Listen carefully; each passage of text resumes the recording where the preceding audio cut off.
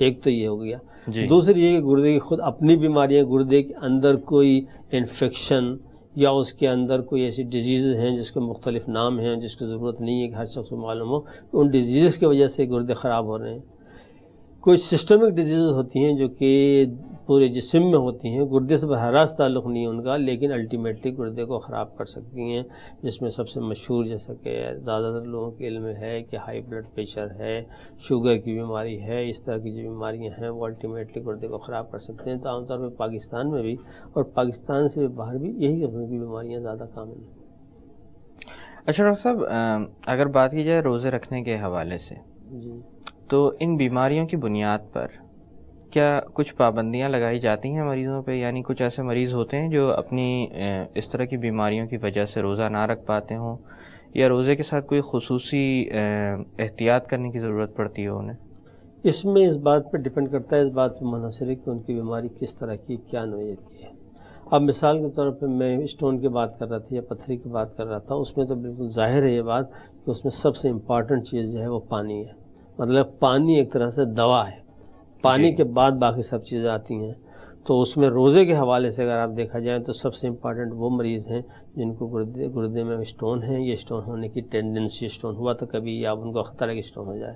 تو اس طرح کے مریضوں میں اس کے علاوہ جو غذا میں جو چیزیں ہوتی ہیں کہ ایسی چیزیں نہ کھائیں جس کے اندر آکزیلیٹ زیادہ ہو. بعض سبزیاں ایسی ہوتی ہیں، بعض کھانے ایسے ہوتے ہیں جس کے اندر آکزیلیٹ جو کہ اسٹون کا ایک خاص کمپوننٹ ہے، اس کی مطلب یہ کہ اس کو کم کھایا جائے، وہ تو اسی طرح سے برقرار رہے گا. لیکن پانی کے مسئلے کو حل کرنے کا واحد طریقہ یہ ہے کہ پانی زیادہ سے زیادہ ان اوقات میں پیا جائے جن اوقات میں پانی پینے کی اجازت ہے.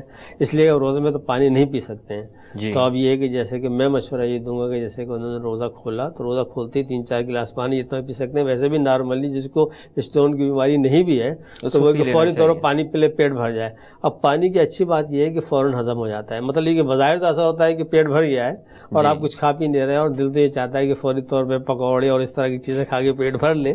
لیکن یہ کہ اس کو تھوڑا سے مطلب یہ آپ نے کھجور سے کھولا، اس کے بعد 2 گلاس پانی پی لیا، اس کے بعد تھوڑا کے ساتھ تھوڑا سا کھایا، پھر پانی پی لیا، کیونکہ آپ بس ٹائم کم ہے. پھر آپ چاہتے نہ چاہتے ہوئے بھی ہاتھ روک دیتے ہیں تھوڑی دیر کے بعد. مگر ٹائم کم ہے، اس کم ٹائم میں آپ کو زیادہ زیادہ پانی پینا ہے. اور یہ ہے کہ اس عمل کو کرنے کے لیے پھر ظاہر سی بات ہے پھر نماز کے ٹائم ہو جاتا ہے، تراویح ہوتا ہے، تراویح کے بعد پھر یہ کہ اگر رات تک دیر تک تھوڑا سا جاگ لیں مڈ نائٹ میں، مطلب یہ کہ ہے پھر سحری کے تھوڑا جلدی اٹھ جائیں. مطلب یہ کہ اگر سحری سے اگر 10 منٹ پہلے اٹھیں گے پھر تو آپ کے پاس ٹائم نہیں ہوگا نا کہ آپ تھوڑا سا کچھ کھائیں یا کہ پانی پئیں.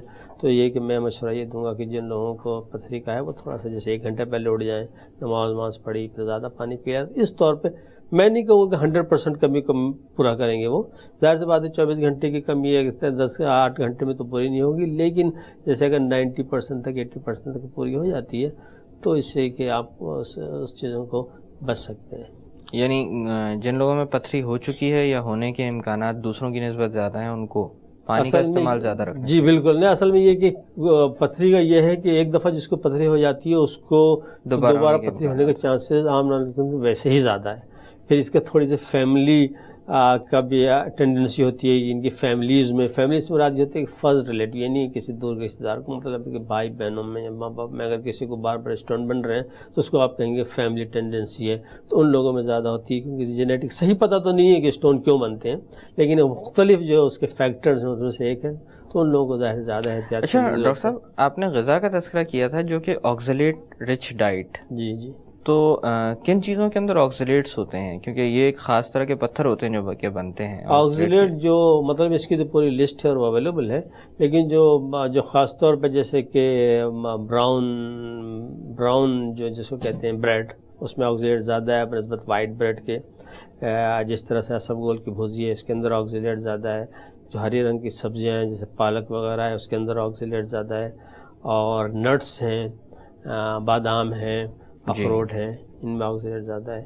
آکزیلیٹ کے علاوہ یہ ہے کہ اپنا یورک ایسڈ ہے. یورک ایسڈ بھی اسٹون بنانے کا ایک خاص حصہ ہے. یورک ایسڈ کے جو اسٹون ہوتے ہیں، یورک ایسڈ کے اسٹون تو بہت کم ہوتے ہیں، لیکن جتنے بھی اسٹون ہوتے ہیں اس کے اندر یورک ایسڈ ایک طرح سے کلیدی کردار اس طور پیدا کرتا ہے کہ شروع یورک ایسڈ کرتا ہے، مطلب کہ اس پروسیس کو. اس کے بعد کیلشیم اور آکزیلیٹ وغیرہ اس پہ آتے جاتے ہیں. تو یورک ایسڈ کے جو چیزیں مطلب اس میں زیادہ تر گوشت اور اس طرح کی پروٹین کی چیزیں یورک ایسڈ بناتے ہیں، اس کو اس سے احتیاط کرنے کی ضرورت ہے. ایک متوازن غذا ہونی چاہیے کیونکہ ہر غذا میں کچھ نہ کچھ چیزیں شامل ہیں. کوئی ایسی غذا نہیں ہے جس کے اندر یہ ساری چیزیں نہیں ہوں، لیکن اس کو تھوڑا سا میں سمجھتا ہوں گا جس کو کہتے ہیں ہوم ورک کر کے اور ان چیزوں کی لسٹ لے کے جو کہ اویلیبل ہیں. اور ظاہر بات ہے مجھے بھی سب چیزیں یاد نہیں ہیں اور میں بھی اس کو پیشنٹ کو بتاتا ہوں تو اکثر ریفر کرتا ہوں یا کتابچہ دیتا ہوں اس کو پڑھ لیں تو اس کی مدد سے وہ اپنی غذا کو ایڈجسٹ کر لیں. ڈاکٹر صاحب میں تھوڑی دیر کے لیے باتوں کا سلسلہ روکتے ہیں تو ایک چھوٹی سی کمرشل بریک کا. بریک سے واپس آ کر بات کی جائے گی گردے کے مریضوں اور ان کے اندر خصوصی طور پر رمضان کے حوالے سے.